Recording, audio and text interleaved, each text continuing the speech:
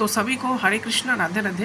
तो आज हम देख सकते हैं कि बहुत कुछ दिन पहले, लगभग 5-6 दिन तकरीबन पहले, सत्यानंद महाराज ने एक और पाखंड फैलाया। तो आप इस पाखंड को एक बार सुनिए। जो बहुत सारे लोग कहते हैं कि हमें हमारे प्राचीन धर्म के ग्रंथों को, नियम को, कानून को जीवन में अंगीकार करना चाहिए। स्मृति कहती है कि 24 वर्ष का युवक है वो 8 साल की लड़की से शादी करेगा और 30 साल का जो लड़का है वो 12 साल की लड़की से शादी करेगा। देखिए क्या लिखा है। त्रिंशद्वरशोद्वहेत कन्याम हृदयाम द्वादश वार्षिकीं त्र्यष्टवर्षो अष्टवर्षां वाधर्मे सीदति सत्वरः।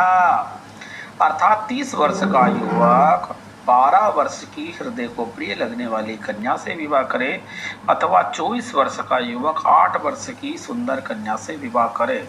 इससे शीघ्र विवाह करने वाला ग्रस्त धर्म से में कष्ट पाता है। अर्थात 12 वर्ष की लड़की की शादी 30 वर्ष के लड़के से कर देना चाहिए। 8 वर्ष की लड़की के लिए 24 वर्ष। अब ऐसे समय में वो कॉलेज कब जाएगी, वो स्कूल कब जाएगी? इसका मतलब स्पष्ट सज्जनों, हमारे शास्त्रों में स्त्री के या कन्याओं के पढ़ने का विधान नहीं है।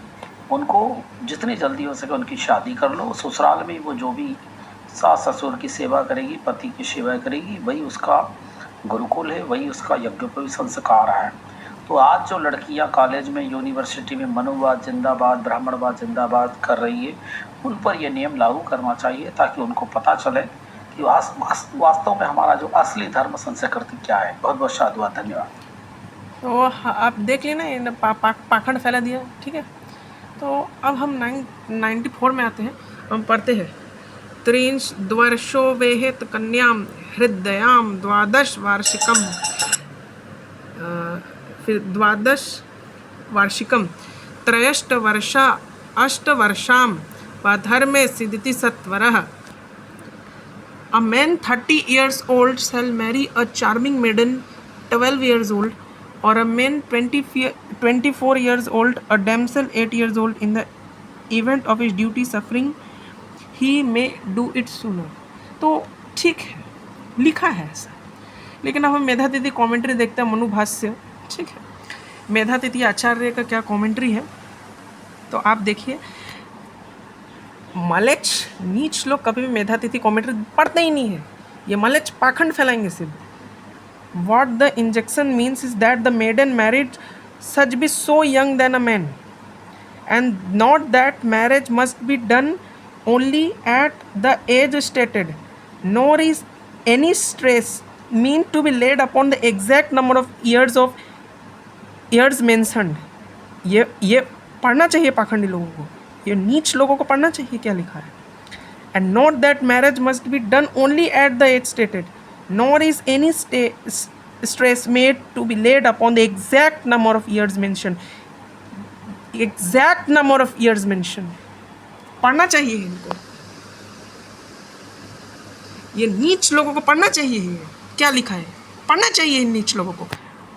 पाखंड फैला के रखा है हर जगह।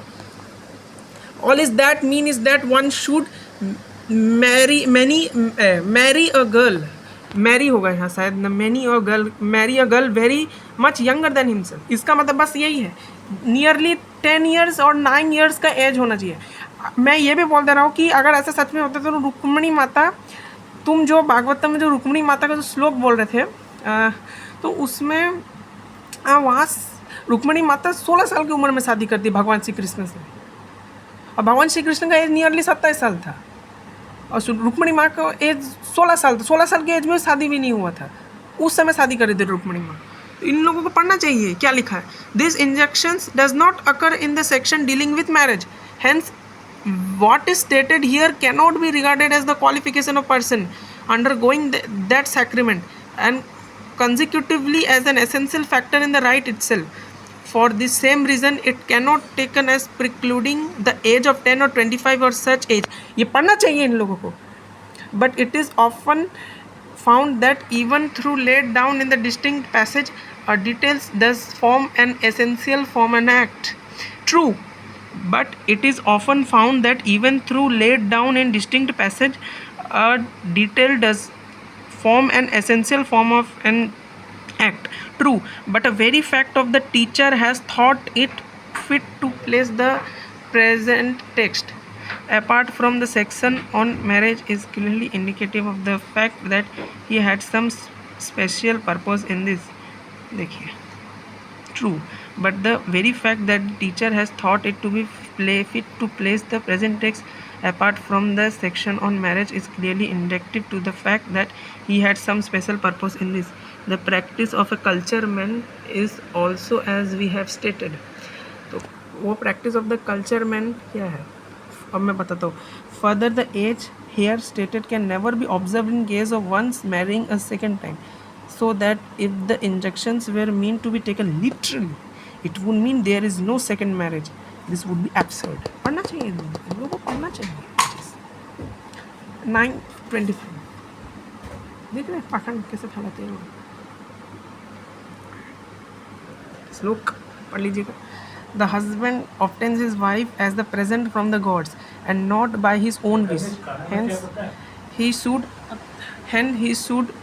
always support the faithful wife, thereby doing what is agreeable to the gods. Commentary. What the verse means is that the faithful wife should not be abandoned. पढ़ना चाहिए उनको. Even through she suffer from the defects of being disagreeable, of hard speech and so forth, and the rest of it is merely commendatory. As for the rule that she shall keep her confined in one room, which has been laid down in regarding to the unfaithful wife, this applies to the case where there has been single act of transgression on her part. देखिए, if the act is repeated, divorce must follow. इसका मतलब ये है कि laid down in regarding to the unfaithful wife. This implies in the case where there has been a single act of transgression on her part. If act is repeated, divorce must follow. Otherwise, there should no point in assertion that she shall always support a faithful wife. देखिए, no assertion in the assertion, there would be no point in the assertion that he shall always support the faithful wife. As regards the declaration, when the woman has transgressed, she shall have her rights withdraw. He dressed in dirty clothes and be given mere subsistence, being allowed to live in degraded condition, lying upon the ground. This referred to the case where a husband is willing and able to keep her. If however he is unwilling, there must be divorce. ये उन पत्नियों के बारे में बात किया जा रहा है जो काफ़ी व्यभिचारिणी हो जाती है, उनके बारे में बात किया जा रहा है. It is going to be laid on the food and clothing should be provided for one such wife have been outcast and so forth, but that has to be taken only a prohibiting banishment, which would be involvement in the state starting of the marriage of living in alms, which forms part of the expiatory life consequent upon such heinous sins on murdering of Brahman and like. This we shall explain later in the case. It is not an incumbent upon husband to support a wife who has turned unfaithful, nor does the present verse prescribe casting off, which might be interpreted as avoiding intercourse with her. That the wife is present from God's, ये ऋग्वेद का एक text दिया हुआ है. अच्छा, ये पढ़ना. और she may be present from God's. In the same time, during the marriage rite, the girl become the wife of the gods, obtained not by his wish. So that wife did not stand on same footing as cattle or the gold picked in the market. देख लीजिए. तो wife does not stand on the same footing as a cattle or gold picked up in the market. This is what is meant by the phrase, not by his wish. What is agreeable to the God when one divorces his wife, who is necessary factor in the offering to the liberations of Vishwadevas. देखिए, he is not to position to do so, which is agreeable to the gods. Hence, even though she is hostile, she has to be supported. But even of her becoming an outcast and hence losing her rights, the husband may suspend her. Outcast मतलब जैसे जब बहुत व्यभिचारिणी हो गई, उनको फिर suspend serious, जब सीरियस ज़्यादा कंडीशन सीरियस हो.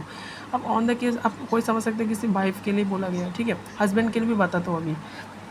अभी ये तो ठीक है, ये पढ़ सकते हैं. Man obtain his wife as a gift from the gods in the teaching of the law, he falsifies the world of man and God.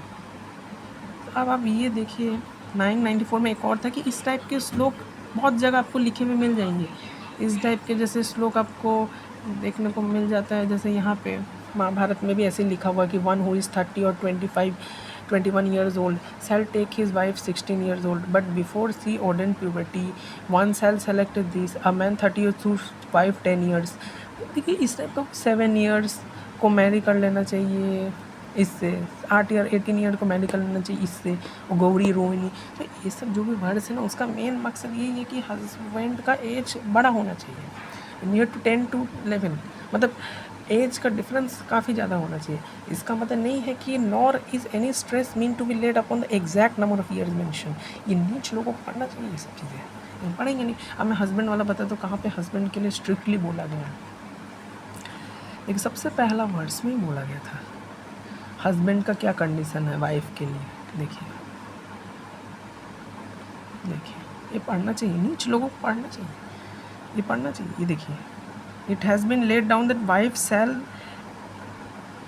attend upon her husband who behaves in a right manner, who is not beset with hate and jealousy, who is well disposed towards his wife and the husband and no sovereignty over wife। मतलब husband ज़्यादा दबाव नहीं दे रहा उसके पत्नी के ऊपर, कंसिस्ट इन सैम्पोइंग it in reading such servant before servant. तो इसलिए कब बोला जाता है कि तुमको पतिव्रता होना चाहिए ऑन द कंडीशन दैट पति अच्छा होना चाहिए। पति देवता के समान होता है, लेकिन वो कब ये होता है इस कंडीशन के लिए, तभी ये लागू होगा। ये देखिए, तो बाकी आप पढ़ सकते हैं पूरा। तो ऐसे ये लोग पाखंड फैलाते रहेंगे, तब तक के लिए सभी को हरे कृष्ण राधे राधे। और भी मैं अगर हो सके तो इसमें डिटेल वीडियो लाऊंगा। बाकी तो चरक समेत में साफ साफ लिखा है कि minimum age of marriage 16 years ही है, सूटेबल मैरिज। तब तक के लिए आप मेरा वीडियो देखिए। हरे कृष्ण राधे राधे।